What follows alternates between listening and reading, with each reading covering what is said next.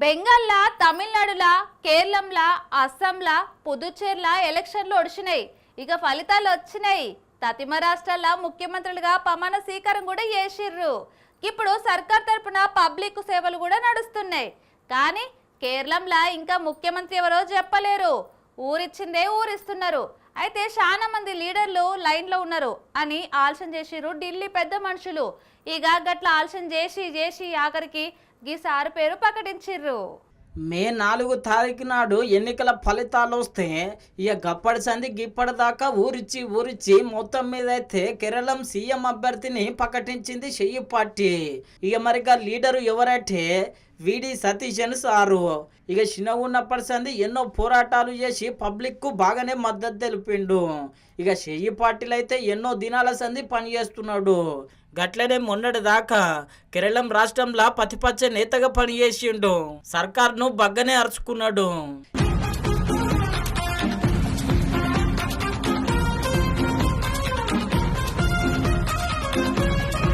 ఇక మొన్నటి దాకా సారుకు పెద్ద పదవి వస్తుండే కానీ ఇక గప్పట్ల సారుకు పదవి ఇయ్యలేరు. ఇక గన్ని పదవులు మొత్తం మీద అయితే ఇయ్యనందుకు ఆఖరికి పెద్ద పదవి ఇచ్చింది. ఇక సారుకు సీఎం కుర్చీ ఇచ్చుడుతోనే మొత్తం మీద అయితే సారు అభిమానులు ఫుల్ ఖుషి అవుతున్నారు.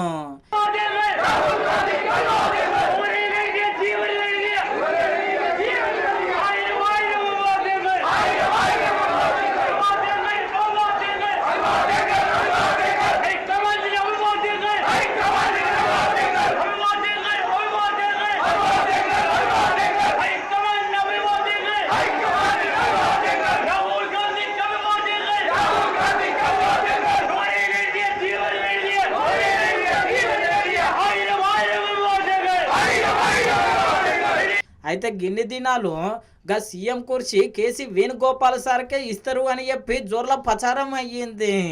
ఇక మరి కాకుంటే ఏమయ్యిందో తెలియదు కానీ మొత్తం మీద అయితే വിഡി സതീശൻ സാർക്ക് അദൃഷ്ടം ദക്കിന്ത്. കേരളത്തിലെ ജനങ്ങൾ ഞങ്ങളെ വലിയ ഉത്തരവാദിത്തമാണ് ഏൽപ്പിച്ചത്. 10 വർഷം നീണ്ടുനിന്നൊരു ഭരണം അവസാനിപ്പിച്ച് 102 സീറ്റോട് കൂടിയാണ് അധികാരത്തിലെത്തിയത്. ആ ജനങ്ങളോട് ഞങ്ങൾ പറഞ്ഞ കാര്യങ്ങൾ ഒന്നൊന്നായി ഞങ്ങൾ ചെയ്തു തീർന്നു.